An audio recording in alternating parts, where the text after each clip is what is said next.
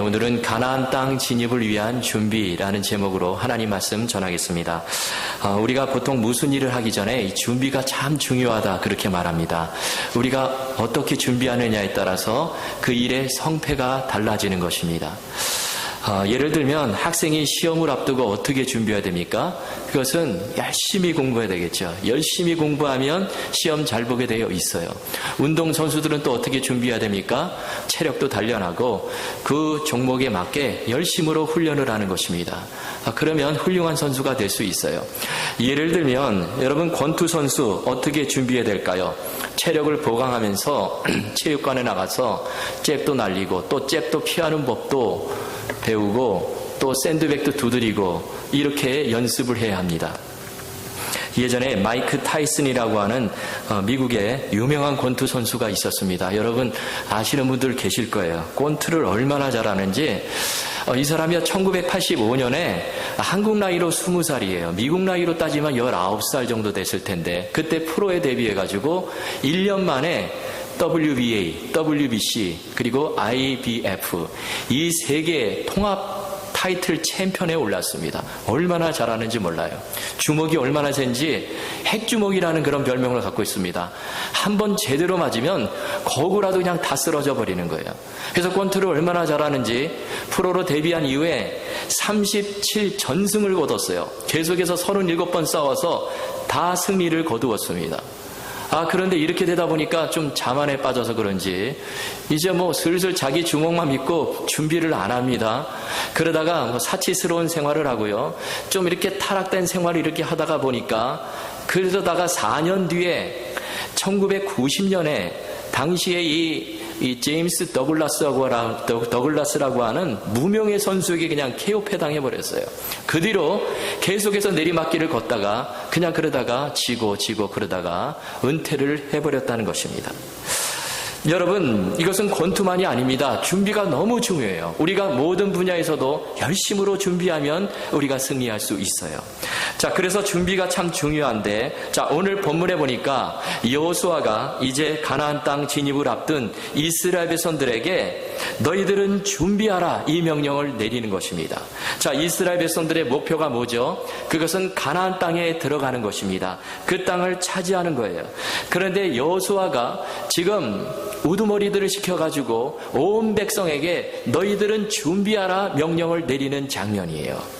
자, 가나안 땅은 실제 땅이지만 그러나 이것을 영적인 의미로 우리가 해석을 하면 그 땅은 결국에 우리가 들어갈 영원한 하나님의 나라를 상징합니다. 영원한 가나안 땅, 본향 천국을 상징한다고 볼 수 있어요.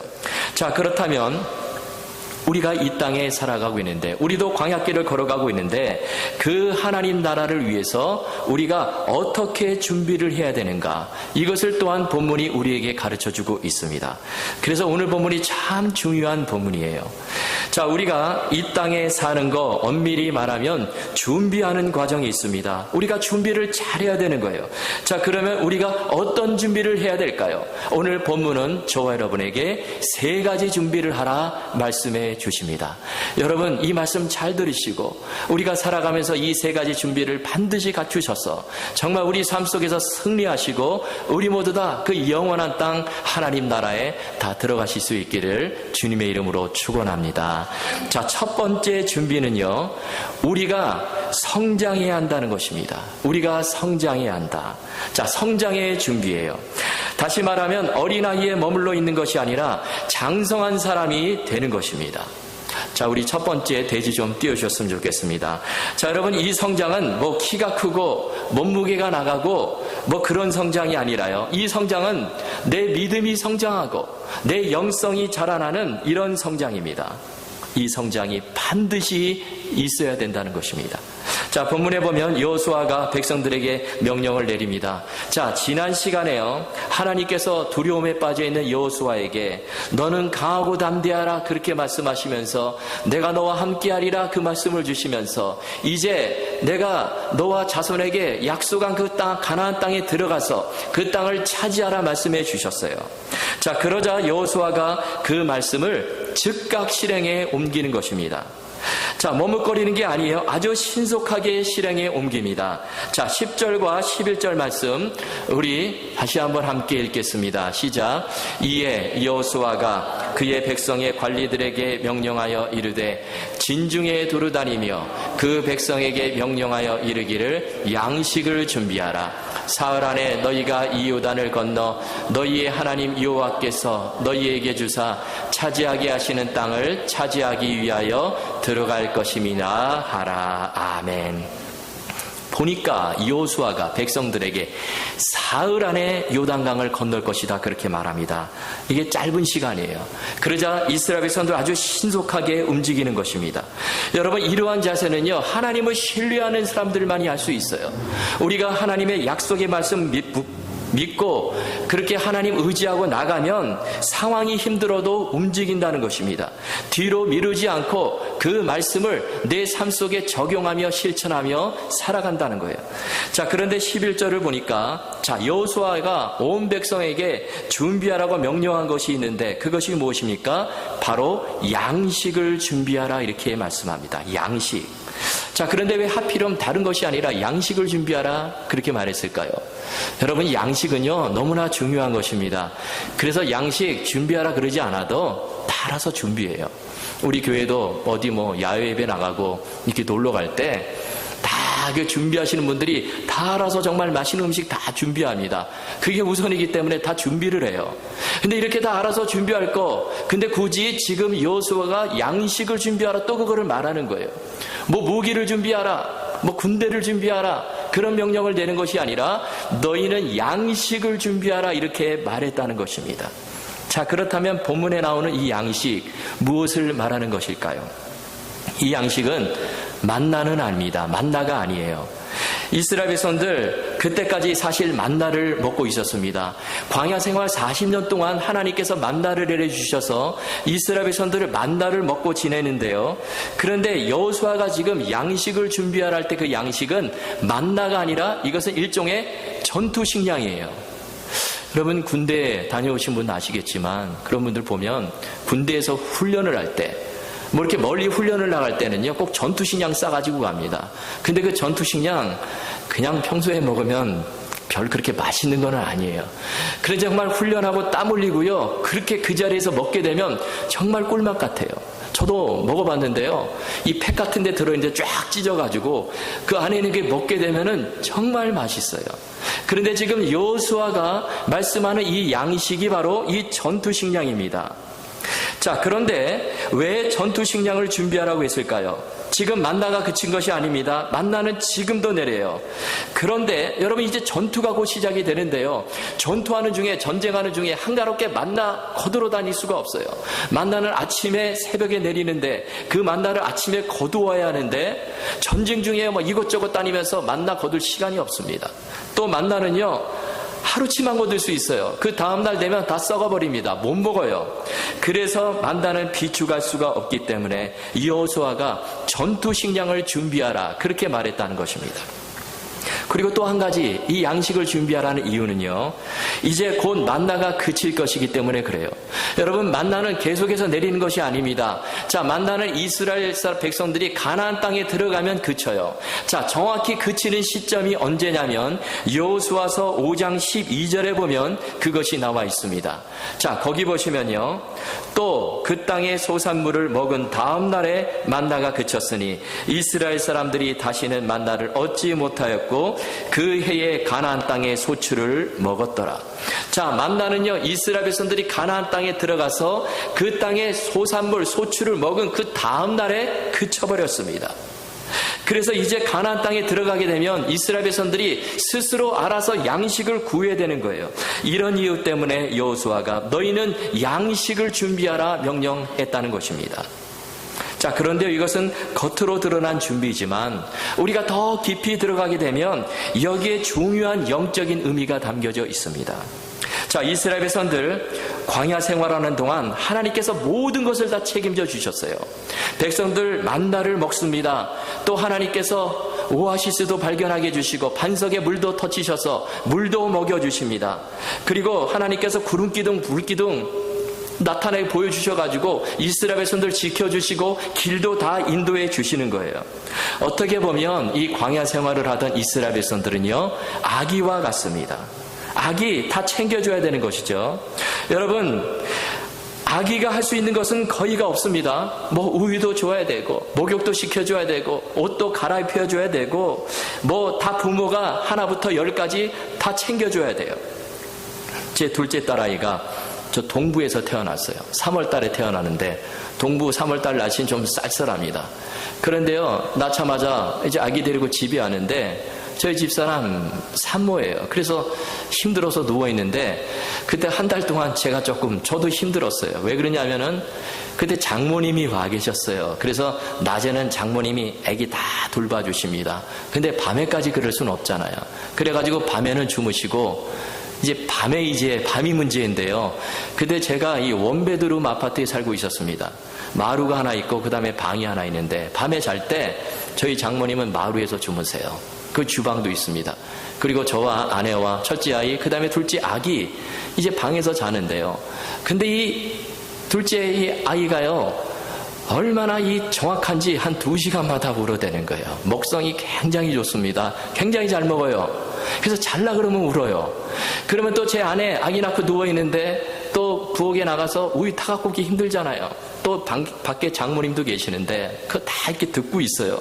그래가지고 제가 좀 점수도 따야 되겠다. 그래가지고 밤에 울면은 제가 나가서 부엌에 가서 우유를 뜨뜻하게 이렇게 타가지고 옵니다. 그러면 저희 집사람이 앉아서 우유를 먹여요. 근데 또 잘만 하면 또 오는 거예요. 그래가지고 2시간마다 그렇게 깨다 보니까 한 달 지나니까요, 제 몸에 무리가 오는 거예요. 그래가지고 몸살이 걸렸습니다. 그래갖고 둘은 웃게 되었어요.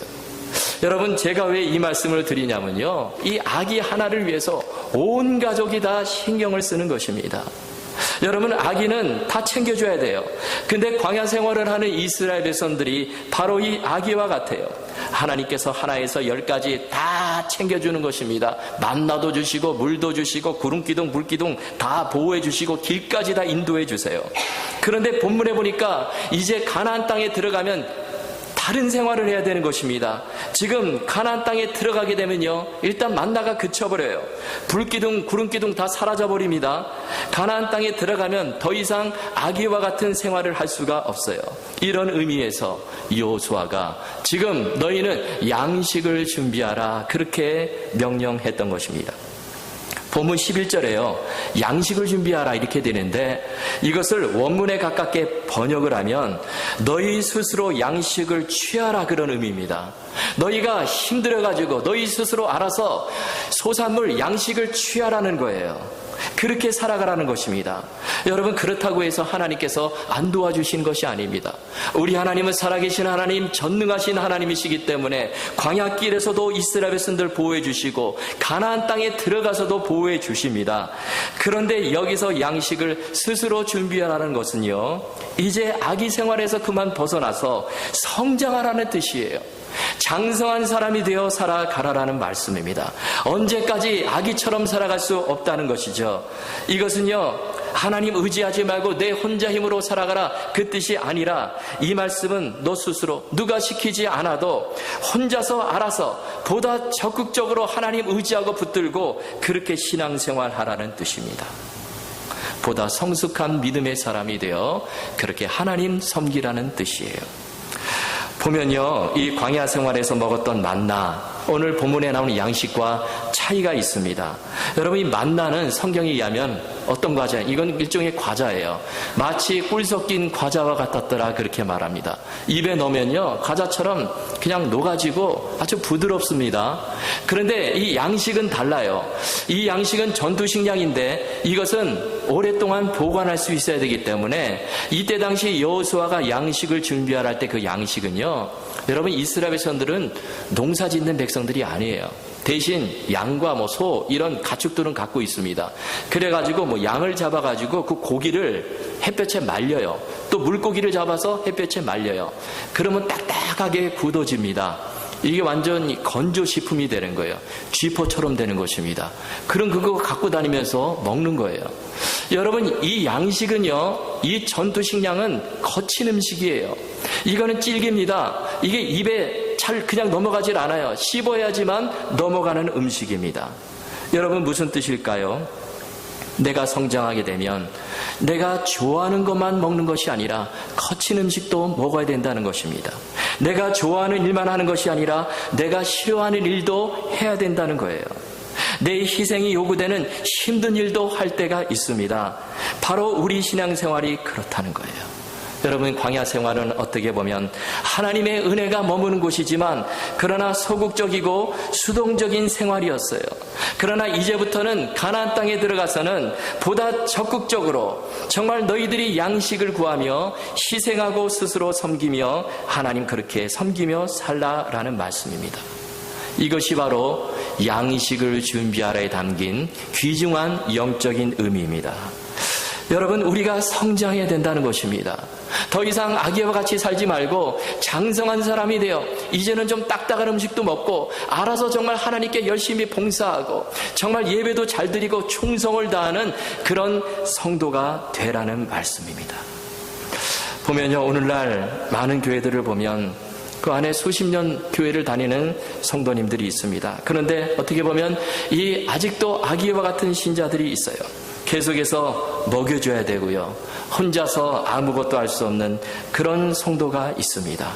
그러나 그런 성도가 아니라 이제는 정말 스스로 알아서 어떤 힘든 일 만나도 하나님 바라보고요. 그 다음에 너끈히 다 이기고, 그리고 이제 내가 아니라 오로지 오히려 다른 사람들을 좀 돌아보고 그 사람들을 세워주고 그렇게 약한 사람들을 이끌어주는 그런 성숙한 믿음의 사람이 되라는 거예요.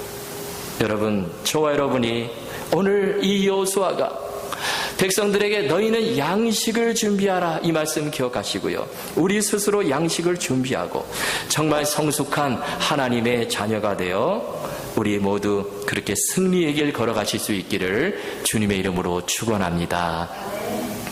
자, 두 번째 우리가 해야 될 준비가 무엇일까요? 자, 그것은 공동체의 의식을 갖는 것입니다. 자, 좀 더 구체적으로 말씀드리면 나 개인보다 공동체를 더 소중하게 여기는 성숙한 사람이 되라는 말씀이에요. 자, 오늘 본문 12절에서요 15절까지 말씀을 보면 여호수아가 두 지파 반에게, 여기 두 지파 반은 르우벤 지파, 갓 지파, 그리고 므낫세 반 지파예요. 그들에게 너희들이 지금 가나안 정복 전쟁에 참여하라 그렇게 명령을 내려요. 그것도 그냥 참여하는 것이 아니라 그 전쟁의 최전선에 선봉에 서라 그렇게 명령합니다. 자, 그런데요, 사실 이 두 지파 반은요 그럴 필요가 없어요. 왜 그러냐면 이 두 지파 반은 이미 요단 동편에 땅을 분배받았기 때문에 그래요. 모세가 죽기 전에 모세 시대 때 이 두 지파 반은 이미 요단 동편의 땅을 받았습니다. 그래서 지금 9지파 반하고 상황이 틀려요. 9지파 반은 땅이 없어요. 이들은 요단강에 건너서 가나안 땅 그 요단강 서쪽에 들어가서 땅을 차지해야만 땅을 얻을 수 있습니다. 그런데 이 두 지파 반은 이미 땅을 얻었기 때문에, 그렇기 때문에 사실 그 전쟁에 나갈 이유가 없는 거예요. 여호수아가 명령을 내려도 우리 안 나가겠습니다. 그러면 그만일 수 있어요. 자, 그런데 이 두 지파 반 어떻게 합니까? 지금 이 두 지파 반 이 전쟁의 선봉에 서는 거요, 이거 위험한 일입니다. 힘든 일이에요. 잘못했다가 지금 몰살을 당할 수도 있어요. 그런데 어떻게 하냐면 여러분 16절 말씀을 보십시오. 그들이 여호수아에게 대답하여 이르되 당신이 우리에게 명령하신 것은 우리가 다 행할 것이요 당신이 우리를 보내시는 곳에는 우리가 가리이다. 우리가 그 전쟁에 참여하겠다는 것입니다.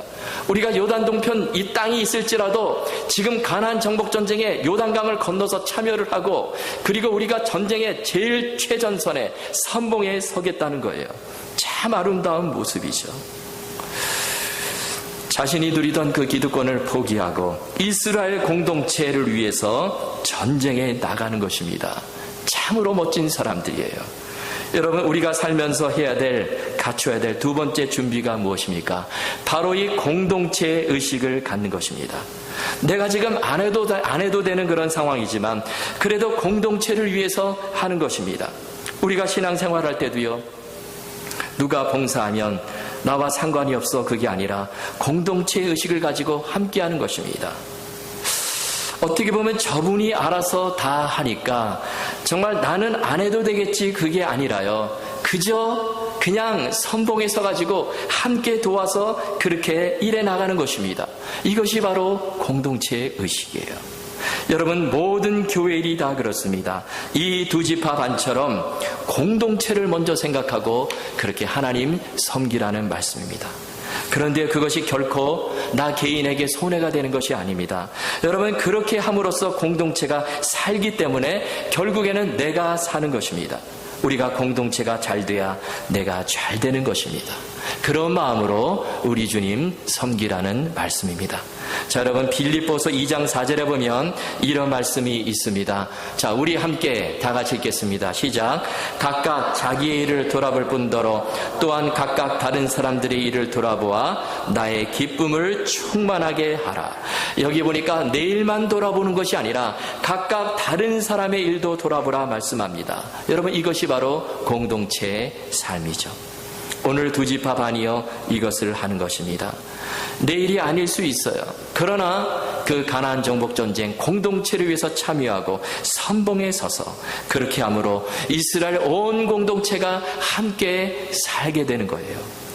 그리고 또 본문에 보면요, 이 두 지파 반이요, 자기들이 이미 얻은 이 요단 동편의 땅에서 살려면 반드시 가나안 정복 전쟁에 참여하고 돌아와서 그리고 그 땅에서 살 수 있었다는 것입니다. 자, 여러분, 15절 말씀 보십시오. 여호와께서 너희를 안식하게 하신 것 같이 너희의 형제도 안식하며 그들도 너희 하나님 여호와께서 주시는 그 땅을 차지하기까지 하라. 그리고 너희는 너희 소유지 곧 여호와의 종 모세가 너희에게 준 요단 이쪽 해돋는 곳으로 돌아와서 그것을 차지할 것이니라. 자, 무슨 말씀일까요? 한마디로 말씀드리면 공동체가 있은 다음에 내가 있다는 것입니다. 공동체가 편안해야 내가 편안하다는 거예요. 공동체가 땅을 차지해야 내 땅도 있다는 것입니다. 여러분, 이것이 너무나 중요한 원리예요. 우리가 하나님의 교회를 섬길 때 이 원리를 가지고 섬기라는 것입니다. 자, 오늘 본문이 말씀하고 있는 두 번째 준비 무엇입니까? 우리 모두 공동체 의식을 갖는 것입니다. 나보다 먼저 공동체를 생각하는 것이죠. 공동체가 힘들고 어려울 때 내가 돕는 것입니다. 공동체가 잘 돼야 내가 잘 되는 것이다. 이 마음을 가지고요, 모두 다 손잡고 함께 일해 나가는 것입니다. 여러분, 이것이요, 우리가 광야길을 걸어가면서 하늘나라를 향해서 걸어가는 우리의 이 성도들이 갖추어야 될 두 번째 준비입니다. 여러분, 이러한 마음으로 우리 하나님 섬기실 수 있기를 주님의 이름으로 축원합니다. 자, 우리가 갖추어야 될 세 번째 준비가 무엇일까요? 그것은 서로에게 힘과 용기를 주는 동역자가 되라는 것입니다. 자, 이것도 중요한 준비입니다. 우리가 사는 세상 얼마나 힘든지 몰라요. 문제가 수시로 일어나고 낙심하고 좌절케 하는 그런 일들이 참 많이 일어납니다. 여러분, 우리가 이런 세상 살아가는데요, 정말 성도님들끼리 서로 힘을 주고 격려하고 용기를 주고 그렇게 살아가는 동역자가 되라는 뜻입니다. 특별히 우리가 중요한 문제를 앞두고는 더 그렇습니다. 이스라엘 백성들 지금 상당히 중요한 시기입니다. 요단강을 눈앞에 두고 이제 가나안 땅을 들어가야 되는데 이것보다 더 중요한 시기가 없어요. 그런데 그때 서로 의견이 갈리고 나는 못하겠다고 그러고 너는 틀렸어 그러는 것이 아니라, 자, 서로 격려해주고 힘을 북돋아 주는 것이에요. 여러분, 16절 말씀 보십시오. 그들이 여호수아에게 대답하여 이르되 당신이 우리에게 명령하신 것은 우리가 다 행할 것이요 당신이 우리를 보내시는 곳에 우리가 가리이다. 자, 지금 두 지파 반이 여호수아에게 말하는 장면입니다. 자, 그러면서 17절과 18절을 보시면 또 이렇게 말합니다. 우리는 범사에 모세에게 순종한 것 같이 당신에게 순종하려니와 오직 당신의 하나님 여호와께서 모세와 함께 계시던 것 같이 당신과 함께 계시기를 원하나이다. 누구든지 당신의 명령을 거역하며 당신의 말씀을 순종하지 않은 자는 죽임을 당하리니 오직 강하고 담대하소서. 여러분, 참으로 아름다운 모습이죠. 지금 요단 동편의 이 두 지파가요, 여호수아에게 힘을 주고 격려하는 그런 장면입니다. 여호수아, 이 소리를 듣고 얼마나 힘이 났겠습니까?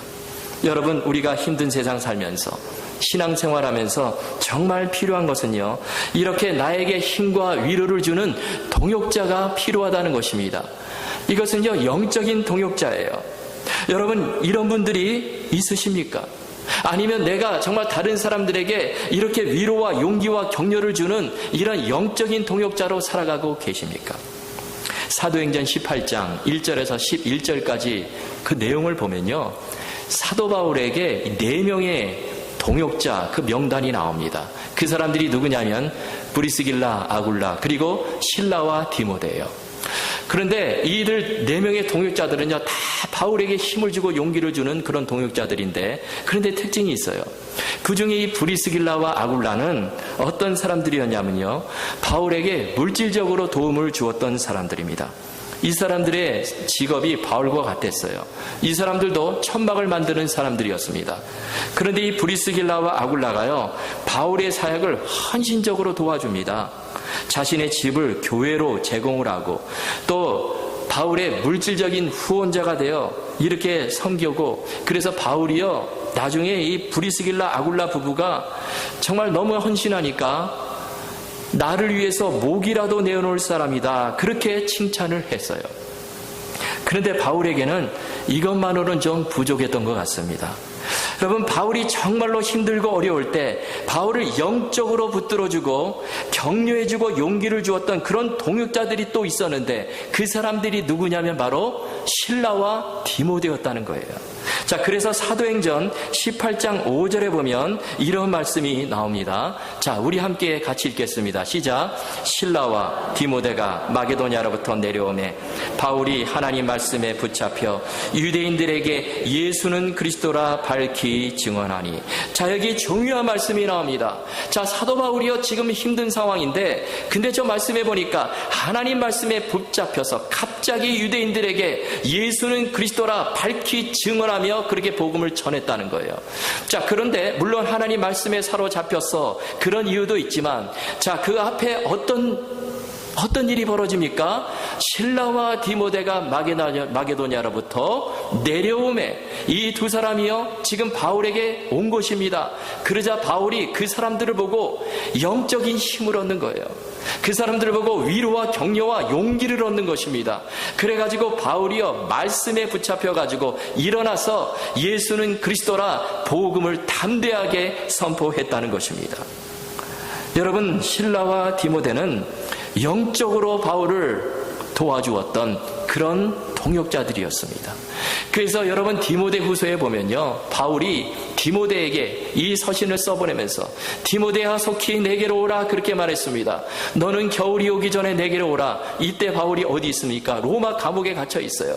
바울 힘든 상황입니다. 그런데 디모데 얼굴을 보기를 원해요. 왜 얼굴을 보기를 원합니까? 바로 디모데가 바울에게 영적인 동역자였기 때문에 그렇습니다. 여러분, 우리는 살면서 물질적인 후원자 필요합니다. 나를 돕는 사람 필요해요.